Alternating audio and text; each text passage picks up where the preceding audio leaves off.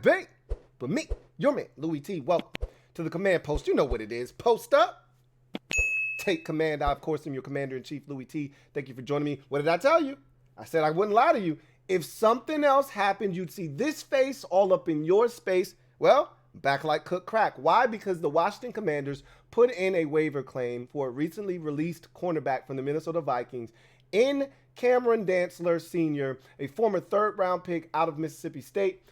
This is a guy that's only been in the league 3 years, so it's very interesting to see the Vikings release him. We'll talk about that a little bit later on. First, I just want to talk about the move itself. I think it's a great move. You have nothing to lose here. You pick up this guy's, rookie contract. He's not making a ton of money, obviously, because he's a third-round selection. You pick up this contract, 1 year left, so it's a rental. Let's get to test this whip and see if you like it, if you want to buy it, right? So you get the rental, right? You drive the hell out of it, and we'll figure out if we like it at the end. So, we're going to throw him in the bag that we have with all these long corners, pause. Obviously, Benjamin St-Juste is a 6'3" corner with 33-inch arms, essentially. We got the kid last year from Penn State that we picked up off of the 49ers practice squad as a sixth-rounder, Castro Fields. He's another longer build corner.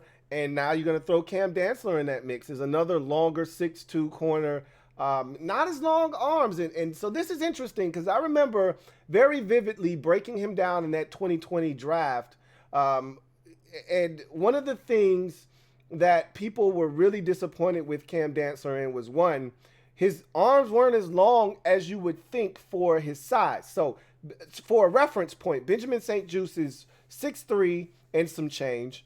And he measured in at like roughly 32 and 5/8 inch arms, right? Whereas Cam Dantzler is 6'2" and some change, pushing 6'3", and he measured in at 30 and 5/8 inch arms. So that's a drastic difference when you're talking about length. You expect a 6'2" corner to have 32-inch arms, 33-inch arms, not 30-inch arms. So he didn't measure out the way that they thought. And then, to make matters worse, he tested very poorly. I remember his draft stock taking a big hit because I initially had given him a second-round grade. And I'm going to give you my scouting report, what I did the work in 2019 back in that draft class in 2020. And I'll tell you what I had to say about him. But I remember watching the tape and thinking that this guy's got ball skills. He's very competitive. He's tough as nails. The question, and I have it in my notes, can he run? Is he fast? And clearly, he ran a 4.64 at the combine. That's not what you're looking for out of a cornerback.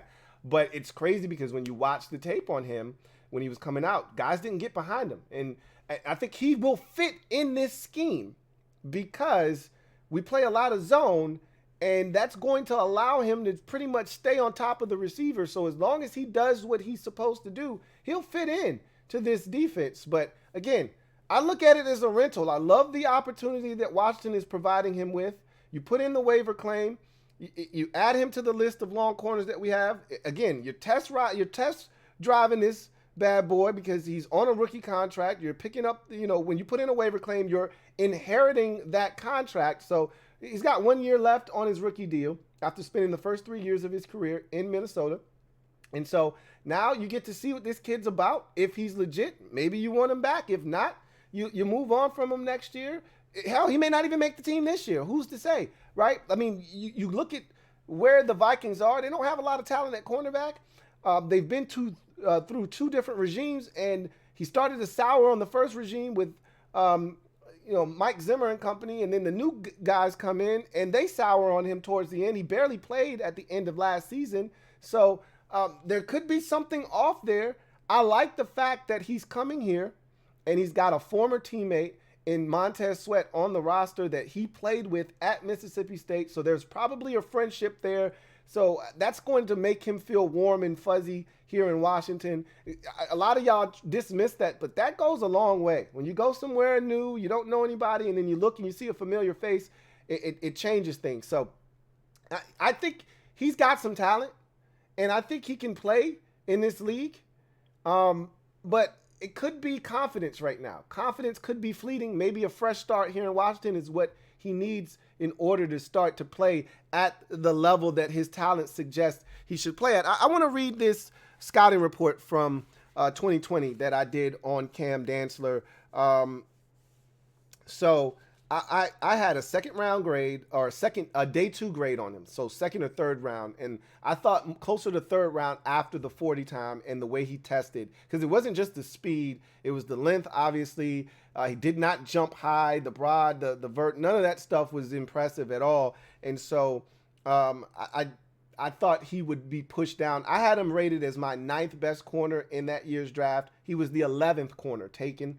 My player comp for him was and still is Al Harris. Long, angular corner, not a speed demon, but can make plays on the football. If you remember Al Harris, who I think is now a defensive backs coach in the league. I don't remember quite for what team, but he was a damn good corner in the NFL between the Eagles and the Packers, always around the football. And I think Cam Dantzler has a lot of those same qualities. So here were my strengths for Cam Dantzler.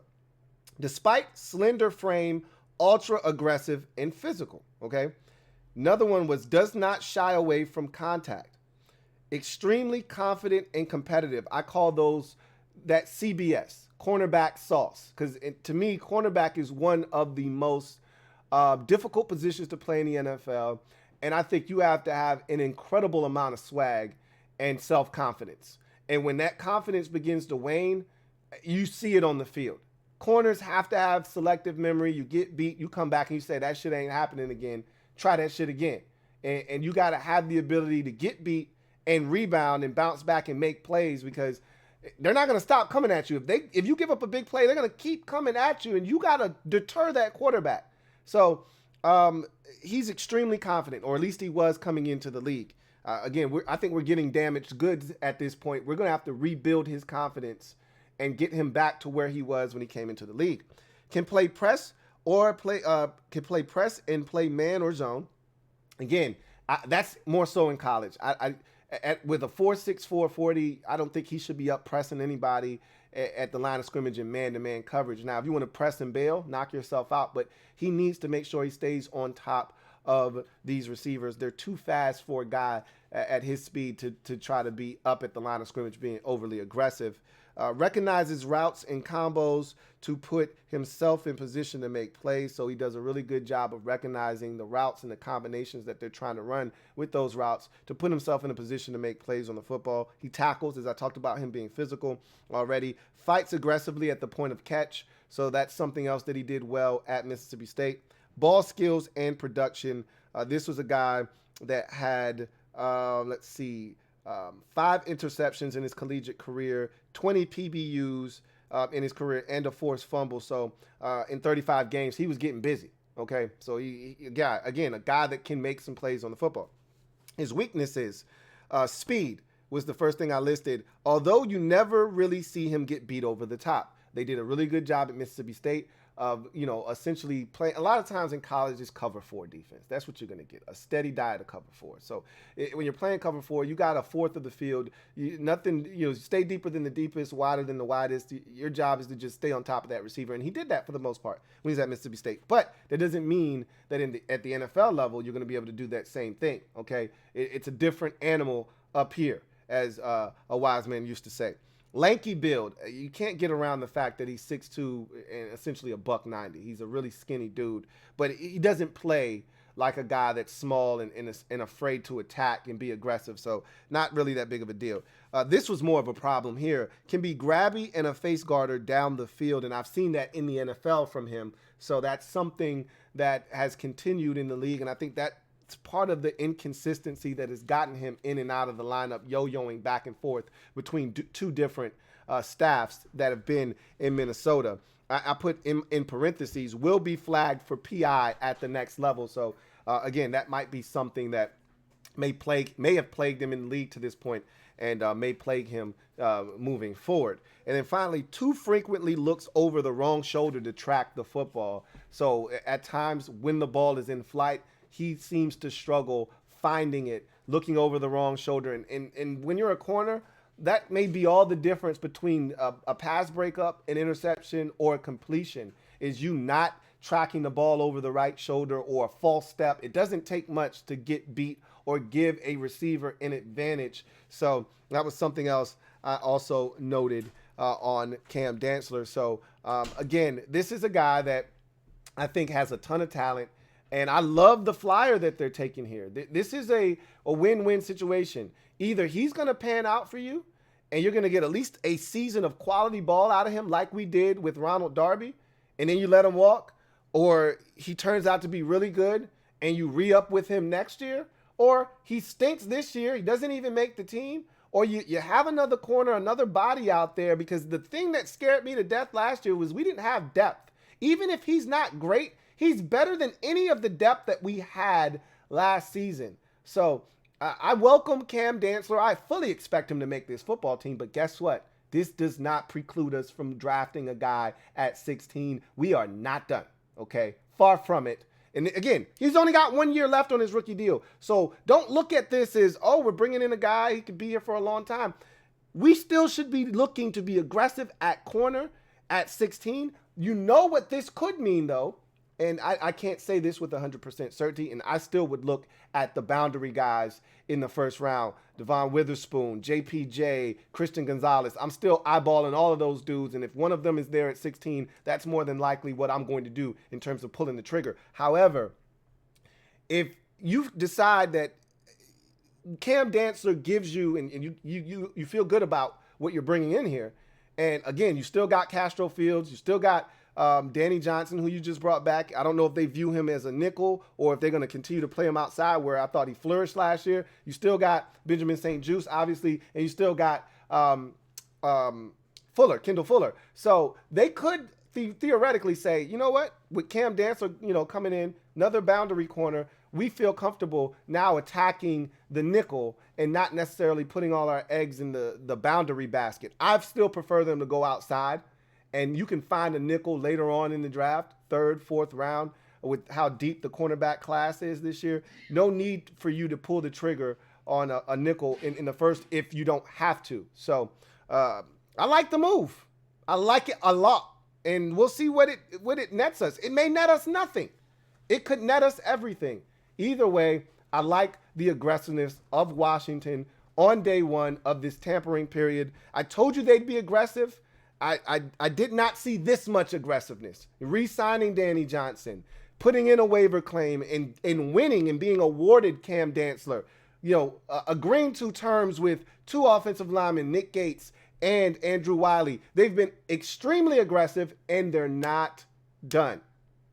Celebrate! They're being aggressive, and it may not be to the extent that you like.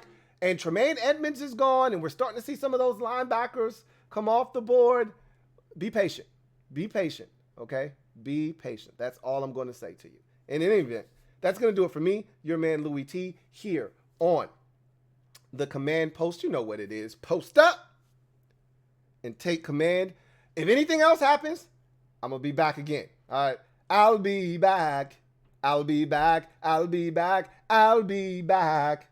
But until then, you guys, enjoy the rest of your evening. Again, ears to the street. Eyes wide open. Shit's going on. I'll see you guys next time. Have a good one.